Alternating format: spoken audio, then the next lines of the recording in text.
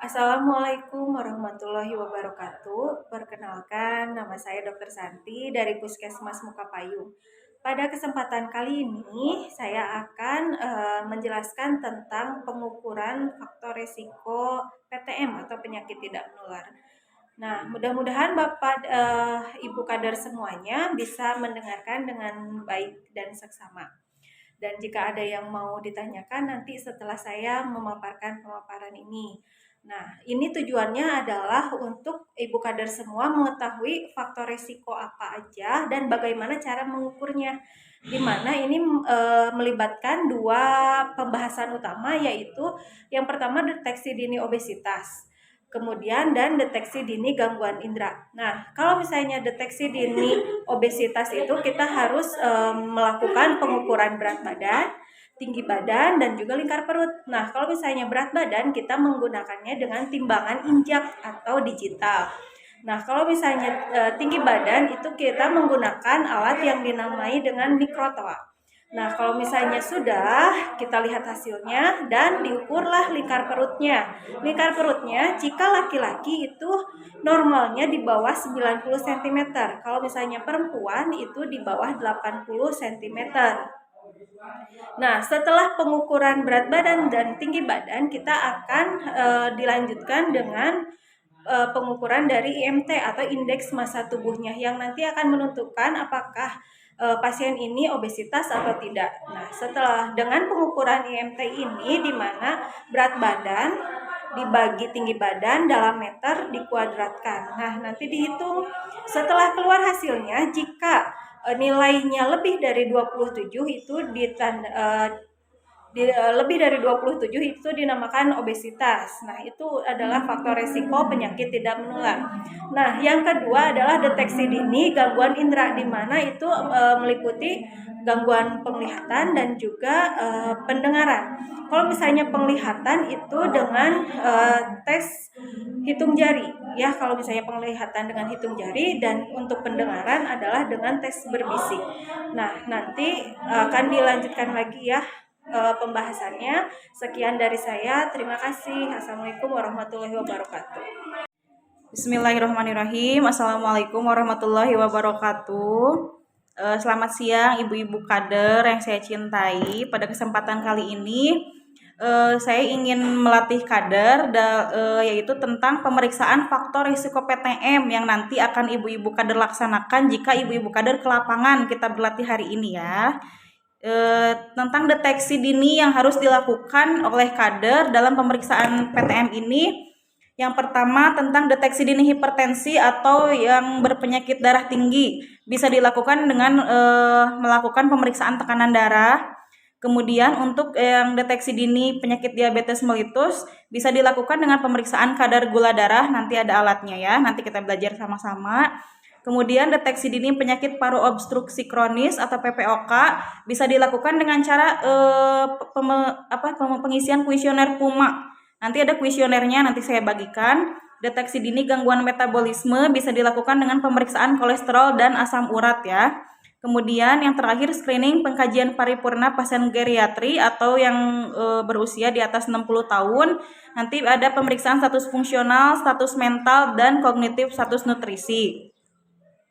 Untuk yang pertama deteksi dini hipertensi sasarannya usianya di atas 15 tahun. Kriteria penyakit hipertensi untuk tekanan darah normal 120/80, prahipertensi 120 sampai 139/80 sampai 90 mm, yaitu prahipertensi. Kemudian hipertensi derajat 1 140 sampai 150/90 sampai 99. Hipertensi derajat 2 160/100 itu udah masuk hipertensi derajat 2 ya. Lebih dari 140 per kurang dari 90 hipertensi sistolik terisolasi.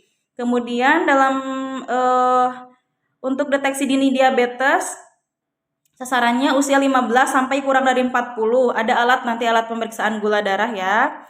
Kemudian untuk pemeriksaan deteksi dini penyakit paru obstruktif, usia di atas 40 tahun, mempunyai riwayat paparan asap rokok, polusi udara, lingkungan tempat kerja. Nah, ini nanti ada kuesioner PUMA, nanti bisa dilihat ibu-ibu ya. Ada kuesioner PUMA, ada yang harus ditanyakan ke pasiennya perempuan atau laki-laki. Nanti dibagikan ya. Usia dalam tahun, terus merokok apa enggaknya ya. Terus ini ada alurnya, alur deteksi dini PPOK. Kemudian pemeriksaan kolesterol bisa menggunakan nanti alat cek kolesterol dan asam urat. Untuk screening pengkajian paripurna geriatri Bismillahirrahmanirrahim. Assalamualaikum warahmatullahi wabarakatuh. Nama saya Lilis Mariati dari Puskesmas Mukapayung, Kabupaten Bandung Barat. Edukasi pencegahan dan pengendalian penyakit tidak menular atau PTM. Pengendalian faktor risiko PTM dengan perilaku cerdik dan patuh. Mari menuju masa muda sehat, hari tua nikmat dengan perilaku cerdik. Apa itu cerdik? Cerdik yaitu C-nya cek kesehatan secara rutin, E-nya nyiapkan asap rokok, R rajin aktivitas fisik, D diet seimbang, I istirahat cukup, K-nya kelola stres. Cerdik, C-nya cek kesehatan secara berkala, secara mandiri, 1, kedua ke UKBM atau posyandu dan posdindu, ketiga pasien kes puskesmas atau FKTP. Pesan, PTM sering muncul tanpa gejala, oleh sebab itu penting dilakukan deteksi dini. Deteksi dini penting dilakukan minimal 1 tahun sekali untuk populasi sehat dan untuk populasi yang berisiko yaitu 3-6 bulan. 3. Bagi penderita PTM wajib melakukan pengobatan secara teratur dan memantau kondisi setiap bulannya.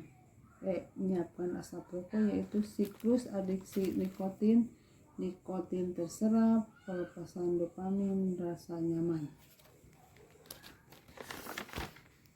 Pesan, motivasi memanfaatkan Quitrin. 3. Ikut program UBM.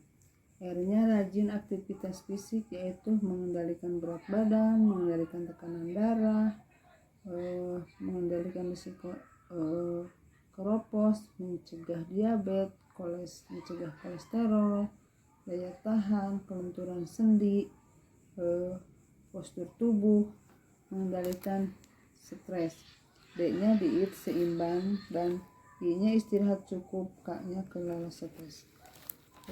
Sekian, terima kasih. Assalamualaikum warahmatullahi wabarakatuh.